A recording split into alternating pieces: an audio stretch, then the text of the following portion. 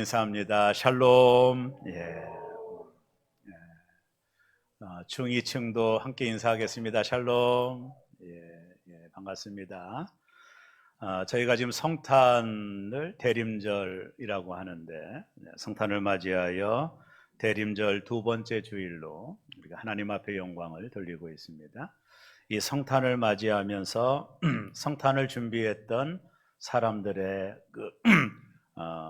인물들을 좀 살펴보면서 은혜를 받고 있는데요. 우리가 지난 시간에 성탄을 준비했던 요셉이라고 하는 인물을 보면서 우리가 은혜를 좀 받았습니다. 성경의 요셉을 지칭하기를 의로운 사람이라. 요셉은 의로운 사람이라. 자신의 정혼녀 마리아가 처녀로서 자신과 상관없는 임신을 했음에도 불구하고 요셉은 마리아를 생각하고 조용히 끊고자 했던, 타인을 생각하는 이타적인 사람이었음을 우리가 지난 시간에 나누었습니다. 그런 의로운 요셉을 통해 하나님께서 이 땅에 오시게 됐다라는 말씀을 나눴고요. 오늘은 이 요셉의 정혼자였던 마리아, 특별히 그 마리아라고 하는 이름은 성경에 많이 나와서 그 앞에 닉네임이 좀 담겨져 있는데, 오늘 특별히 나오는 이 마리아는 나사렛이라는 곳에 살던 한 여인을 가리킵니다. 성경 말씀을 준비하면서 우리가 가톨릭에서는 이 마리아를 성모 마리아라고 불러요. 아베 마리아라고 하는 노래도 아시죠? 그래서 이들은 마리아를 성모 마리아라고 부르는데, 저는 신학적으로 좀 동의하기는 좀 어렵습니다. 성모 마리아라고 불렀던 것이 대개 4세기 이후입니다. 역사적으로 보면 4세기 이후에 지금의 국교였던 가톨릭에서 마리아를 성모 마리아로 숭배하기 시작했습니다. 성모 마리아로 숭배하는 몇 가지 이론적인 근거를 그들이 만들었는데, 그 중에 첫째가 마리아는 죄가 없다라는 거예요. 또 마리아는 죽음을 보지 않고 승천했다. 이런 이론을 좀 만들어냈는데, 우리가 사도행전을 연구하다 보면 물론 마가다락방에 예수님의 어머니 마리아가 있긴 했지만 그 이후로 성경은 마리아에 대하여 침묵합니다. 아무런 이야기를 언급하지 않아요. 그러나 가톨릭에서는 예수 그리스도를 성자 하나님으로 추앙하기 위해서, 그건 뭐 틀린 게 아니죠. 그래서 그의 어머니 모친인 마리아를 숭배하는 사상까지 발달되게 된 거예요. 그건 저는 좀 받아들이기가 참 어렵습니다. 오직 경배 받으실 분은 하나님 외에는 없습니다. 인간이 어떻게 경배를 받을 수 있겠어요? 그럼에도 불구하고 마리아는 훌륭한 여자임에는 동의합니다. 오늘 그 마리아에 대한 말씀을 좀 나눠보려고 해요. 누가복음과 마태복음만이 이 마리아를 언급하고 있는데, 이 마리아를 언급하는 성경의 저자들의 이야기를 좀 따라가다 보면 특별히 나사렛에 살고 있던 마리아라고 지칭을 하거든요. 굳이 그렇게 안 해도 되는데, 이 마리아가 나사렛에서 살고 있었고 그 나사렛에 살고 있던 마리아에게 천사가 나타났다라는 거예요. 만약에 마리아를 더 높이려면 이 나사렛이라고 하는 동네를 넣을 필요가 없어요. 왜냐하면 그 당시 나사렛은 변방입니다. 여러분 잘 알다시피 나다니엘이 빌립이 그러잖아요. 내가 메시아를 만났다고 하니까 나다니엘이 뭐라고 말하냐면, 예수님의 고향이 나사렛이니까 나사렛에서 무슨 선한 것이 날 수 있겠느냐, 이렇게 말하거든요. 한마디로 말하면 예수님 시대에, 마리아가 살던 시대 나사렛은 뭐 자랑하고 싶은 동네가 아닙니다. 그냥 변방입니다. 지금 말로 말하면 시골 깡촌에 불과한 거예요. 더군다나 그 지역에서 살고 있었던 이 14살 정도 된 마리아는 그냥 시골뜨기에 불과합니다. 조명받아야 될 이유가 없어요. 그런데 성경은 굳이 마리아가 나사렛에서 살았다라고 표현하고 있고, 그리고 무명의 마리아를 주목하고 있는데, 그것은 하나님 되시는 하나님께서 인간의 몸을 입고 이 땅에 오실 때 가장 낮고 천한 자를 통해 오셨음을 강조하고 싶은 저자의 의도가 있는 거예요. 예수 그리스도가 이 땅에 태어나실 때 가장 낮은 자를 통해서 이 땅에 태어나셨다라는 것을 강조하기 위해서 굳이 나사렛이라는 지명을 사용하고 있고, 그리고 그곳에 살던 시골뜨기입니다. 뭐 흔한 이름이에요. 마리아라고 하는 이름이 구약의 선지자 미리암의 헬라식 표현인데, 이 미리암이라고 하는 여자는 구약 시대에 보면 히브리 민족을 해방시켰던 여자거든요. 마리아의 부모도 마리아가 그렇게 되기를 바라는 마음으로 마리아라고 하는 이름을 지어줄 수도 있어요. 그러나 마리아라고 하는 이름은 보통의 이름입니다. 보통 사람들이 흔하게 여인들이 가지고 있었던 이름이었기 때문에 이름 또한 특별하지 않아요. 보통의 이름들이. 그런 마리아에게 천사가 나타난 거예요. 그러니까 예수 그리스도의 나심은 지역적으로 봐도 가장 낮고 천한 곳이라는 것과 보통의 한 시골 여자를 통해서 하나님이 이 땅에 오셨다라는 것을 강조하므로 예수 그리스도의 나심은 낮고 천한 자들을 통해 이 땅에 오셨음을 증명하기 위해서 나사렛과 시골뜨기 마리아를 통해 하나님이 이 땅에 오신 것을 강조하고 있는 것입니다. 여러분, 마리아의 나이가 한 14살 정도 됐는데 마리아가 살던 시대에 사람의 수명이 40 정도 됐다고 그래요. 그러니까 40대면 세상을 떠나는 수명의 한계가 짧은 시절인데, 그래서 초경이 끝난 14살 정도 되면 혼례를 되게 한다고 그래요. 지금 말로 말하면 거의 30대가 넘은 나이입니다.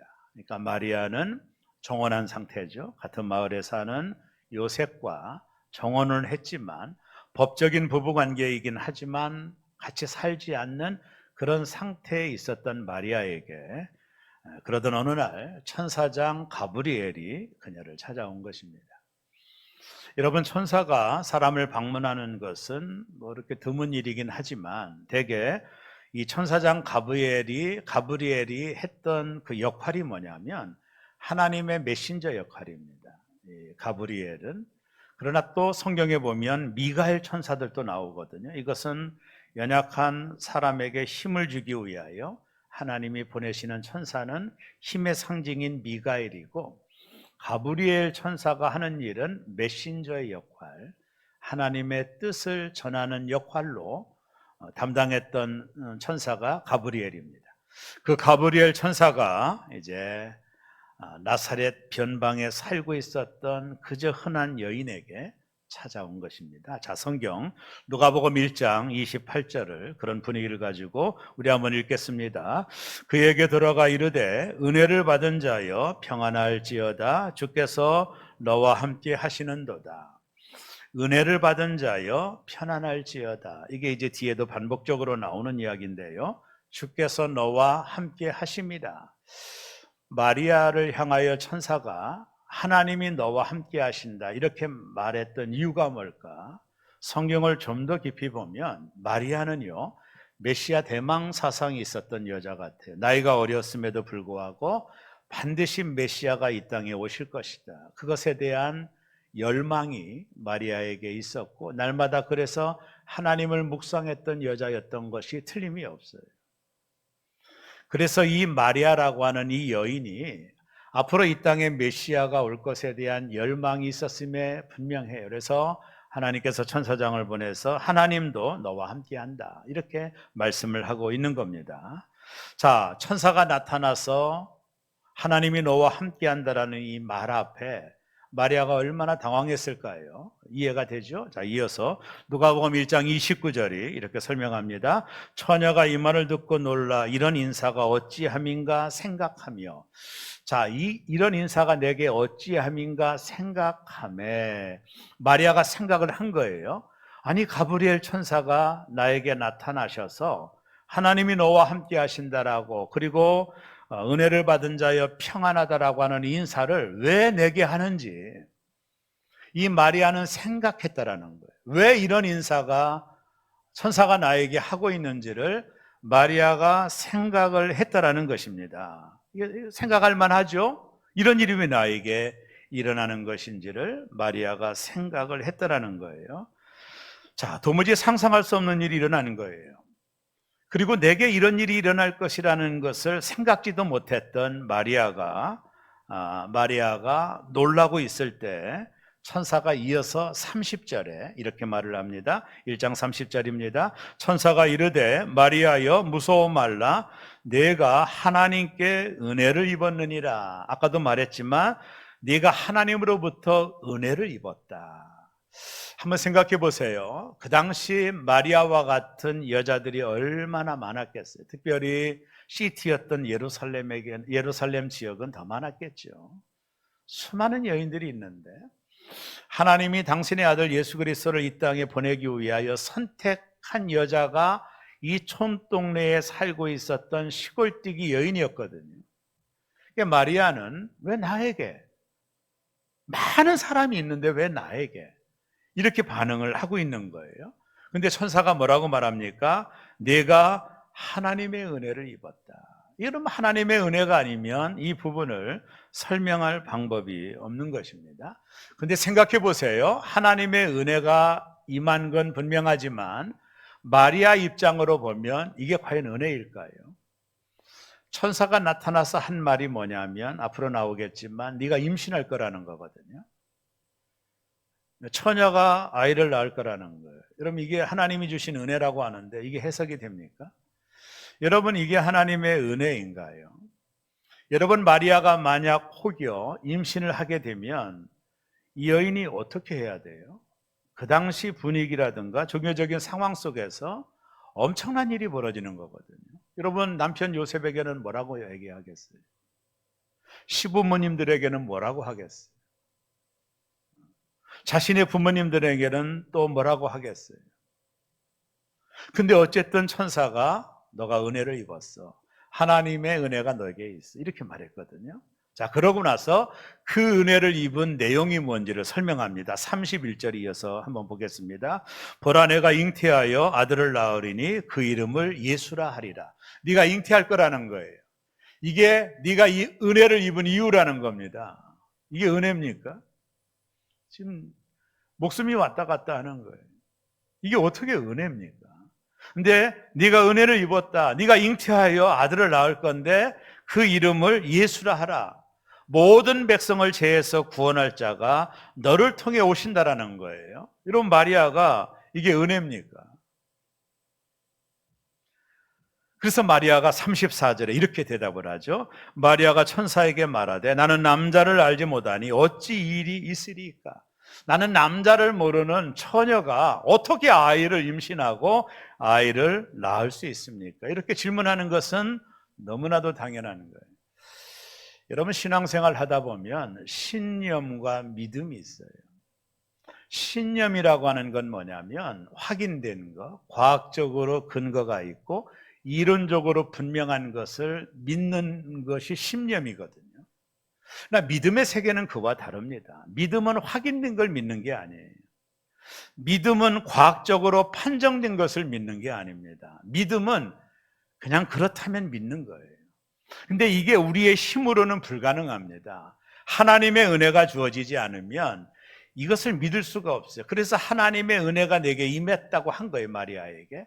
하나님의 은혜가 아니면 과학적으로 증명되지 않는 것을 믿는 것은 인간의 힘으로 불가능한 거예요. 그래서 믿음은 하나님이 주신 은혜라고 말을 하는, 은혜가 아니면 믿을 수 없는 거예요.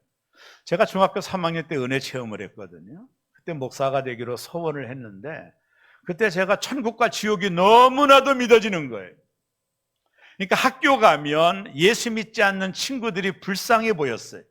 그래서 그들에게 전도합니다. 너들도 예수 믿고 천국 가. 예수 믿지 않으면 영원한 지옥에 간다. 아무리 전도해도 애들이 듣지 않아요. 그들이 했던 동일한 말이 뭐냐면 야, 하나님을 보여주면 믿을게. 야, 너 전도하는데 하나님을 보여주면 내가 믿을게. 우리 친구들이 했던 동일한 얘기거든요. 저는 이렇게 생각해요. 나는 믿어지는데 왜 쟤들은 못 믿을까? 그러니까 믿음은 하나님의 은혜예요. 은혜가 주어지지 않으면 우리가 생각할 수 없는 것, 과학적으로 판단할 수 없는 것을 받아들이기가 어려워요. 그래서 믿음은 하나님이 주신 선물이라는 거예요. 마리아가 천사가 뭐라고 말합니까? 마리아가 천사에게 나는 남자를 알지 못합니다.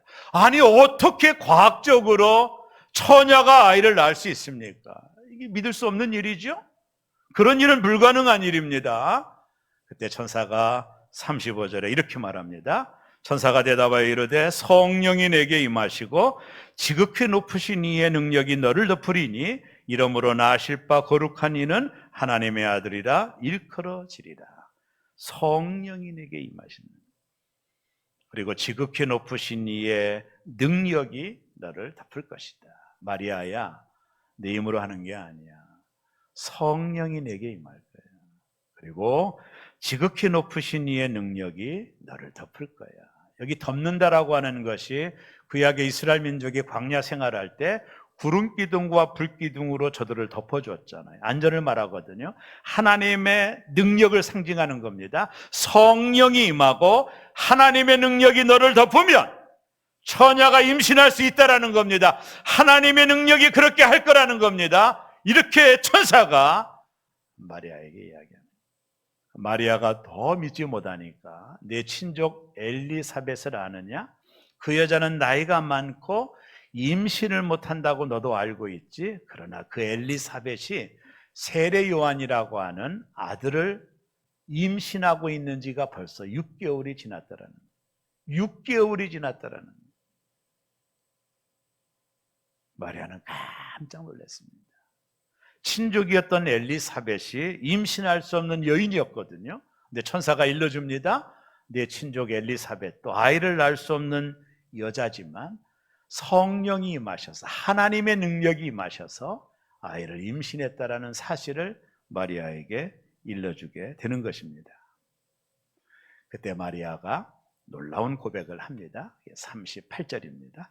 마리아가 이르되 주의 여종이오니 말씀대로 내게 이루어지리다 하매 천사가 떠나가니라. 말씀대로 믿을 수 없지만 믿기 어려운 이야기지만 하나님의 말씀이 내게 그대로 이루어지기를 원합니다. 마리아의 순종이죠. 그녀는 이해할 수 없지만 하나님을 신뢰하고 있는 복잡한 생각이 마음속에 있었지만 순종하는 것입니다. 하나님의 역사에 비천한 자가 쓰임받는다면 모든 것을 감당하겠다라는 마리아의 순종이 나옵니다. 마침 구약의 미리암처럼 하나님 앞에 순종으로 반응을 했던 것입니다. 저는 이 마리아를 통해 예수 그리스도가 이 땅에 오시게 됐는데요. 이 여인이 가지고 있었던 놀라운 그 능력이 무엇이었을까를 살펴봤습니다. 첫째는요, 겸손입니다. 이 마리아는 겸손한 여자였어요. 천사가 전해준 말을 들었을 때 그녀가 어떻게 반응했느냐 하면 누가복음 1장 29절에 보면 어찌함인가 이렇게 반응하거든요. 어찌함인가, 나 같은 미천한 자에게 이 은혜가 어찌함인가 이렇게 반응을 했어요. 또 누가복음 1장 38절에 보면 주의 여종이오니, 지난 성경에 보면 주의 계집종이오니 이렇게 표현하고 있죠. 마리아는 겸손하게 자신을 낮추고 있는 거예요. 이 천사가 전해준 하나님의 메시지를 듣는 순간에 나는 주의 여종입니다. 나는 주의 계집종입니다. 하나님 앞에 자신을 낮추고 있는 마리아의 태도를 발견하게 되는 것입니다.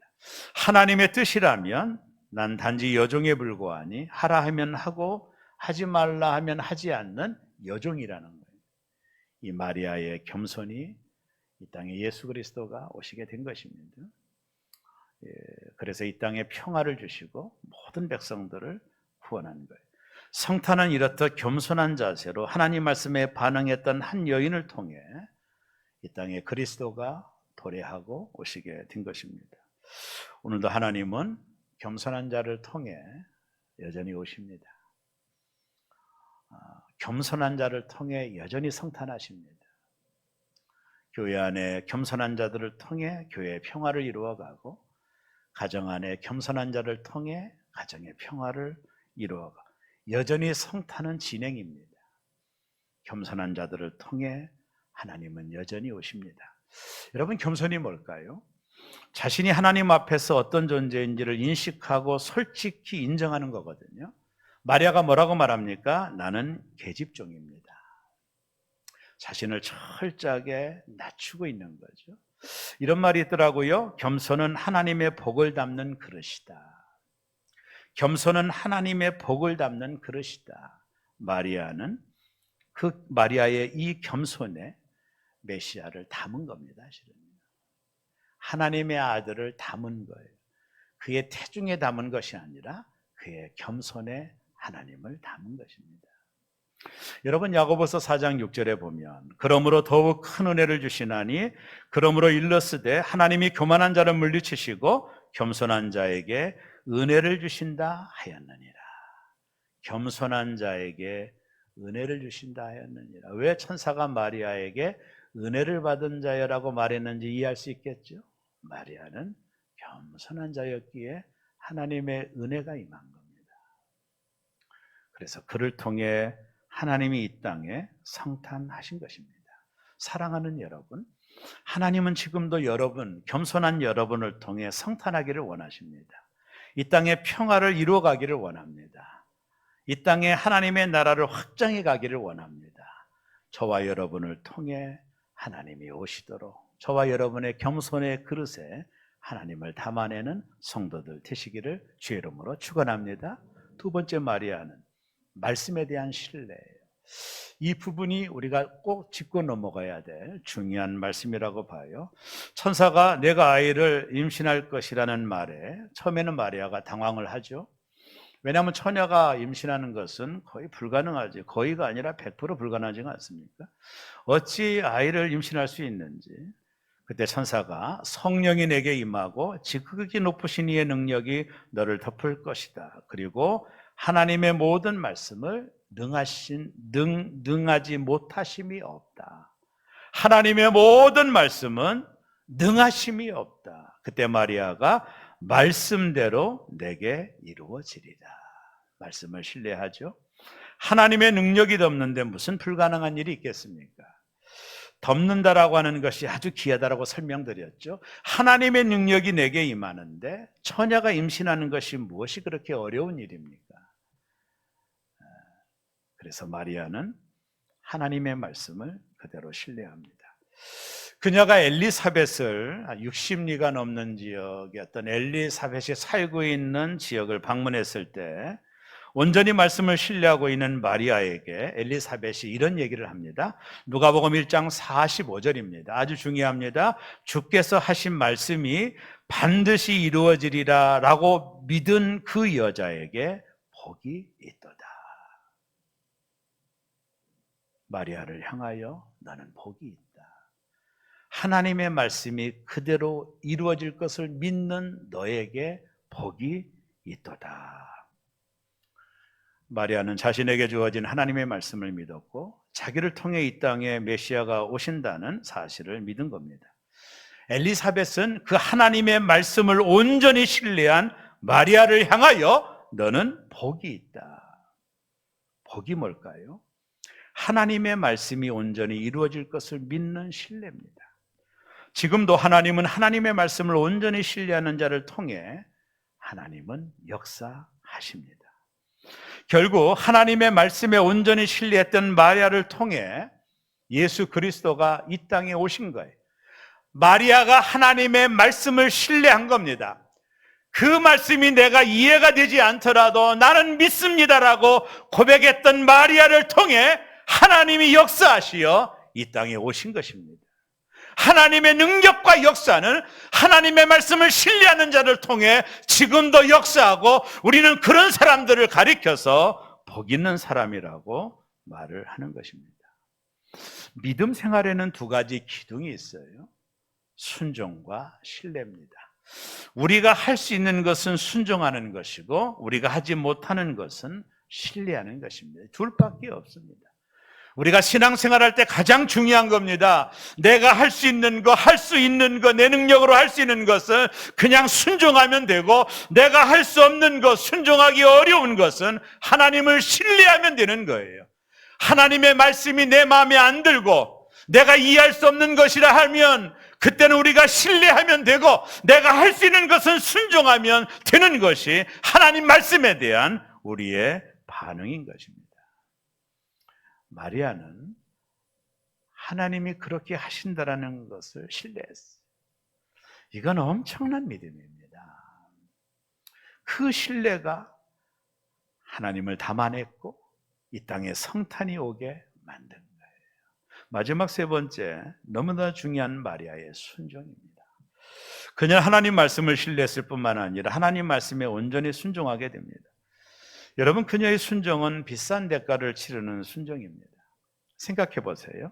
처녀가 임신했어요. 이거는 그 당시 돌에 맞아 죽는 겁니다. 요셉은 어떻게 할 것이고, 남편 요셉은 부모님들은 어떻게 설득할 것이며, 자칫 잘못하면 마리아의 목숨이 위태로운 상황입니다. 하나님 말씀이 그대로 이루어지는 건 좋지만 그 결과는 그에게 참혹할 수 있습니다. 율법에 의하면 정혼한 여자가 남편도 모르는 아이를 임신하면 처가댁으로 이 여자를 처가댁으로 데리고 가서 돌에 쳐서 죽이는 것이 율법이요 정의요 공의입니다. 그런데 마리아는 그 모든 희생을 알지만 그대로 이루어지기를 순종합니다. 제가 신학교 다닐 때 읽었던 책 중에 본헤퍼 목사님이 쓰신 나를 따르라라고 하는 책이 있어요. 이 책에 보면 명저인데 지금도 본헤퍼 목사님이 이 책에 성도들은 두 종류가 있다라고 설명을 해요. 첫째는요, 값싼 은혜를 구하는 성도가 있대요. 한마디로 말하면 어떤 희생이 없는 은혜만을 구하는 성도를 가리키고요. 두 번째 성도는 값비싼 은혜를 구하는 성도. 내가 이 말씀에 순종하면 희생이 따르지만 그것을 감내하며 그 희생을 따르더라도 순종하는 순종을 값비싼 은혜라고 말을 했어요. 오늘 마리아는 값싼 은혜를 구하는 게 아니에요. 내가 임신하게 되면 어떨 줄도 알아요. 얼마나 많은 희생을 치러야 되는지도 알지만, 그것이 자신에게 어려움이 오는 것도 알지만, 수치가 오고 목숨의 위기가 오는 줄도 알지만 하나님이 그렇게 하시라면 하겠다라는 겁니다. 내가 그 모든 희생을 치르고라도 하나님이 이 땅에 오실 수 있다면 내가 쓰임받기를 원한다라는 거예요. 나는 모든 희생을 치를 각오가 되어 있으니 하나님 뜻대로 되기를 원하고 있는 것입니다.